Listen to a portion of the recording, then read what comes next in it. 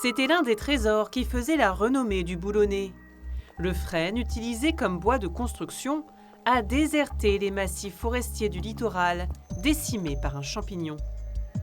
La calarose a décimé nos arbres depuis 2016, ça fait 10 ans. Nous sommes en forêt de Boulogne. Un arbre sur deux de la forêt de Boulogne était un frêne. Malheureusement, il n'y en a plus. Alors, les bois que l'on voit là, ce sont les arbres les moins atteints par le champignon, avec lesquels on va pouvoir faire, on espère, un peu de menuiserie, un peu de haute qualité. Et on espère les vendre à un bon prix.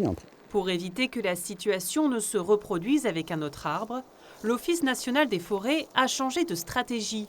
Plutôt que de replanter les parcelles avec une seule essence, comme pour cette zone composée de hêtres, les techniciens ont choisi de régénérer la forêt en diversifiant les plants.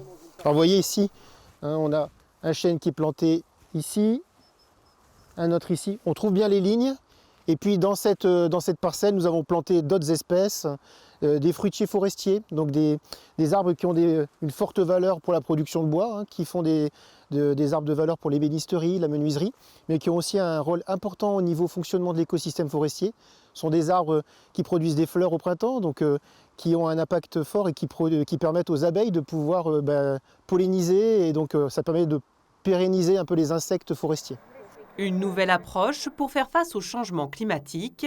En plus de diversifier les espèces pour renforcer la forêt, l'ONF met en place des îlots d'expérimentation où l'on plante de nouvelles essences. À Ardelot, 3300 pieds de Meta-séquoia ont ainsi été plantés. Cet arbre originaire d'Asie s'épanouit dans les sols humides. Aujourd'hui, l'intérêt, c'est sous couvert d'un suivi scientifique avec les organismes de recherche, c'est de suivre cette plantation, de voir comment elle évolue, et de voir si elle est prometteuse pour l'avenir et pourquoi pas pour plus tard récolter des graines qui permettront de replanter d'autres parcelles dans les forêts françaises. Après cette première expérimentation, la seule pour l'heure dans la région, cet hiver, les techniciens de l'ONF prévoient de planter du chêne-liège à Écault.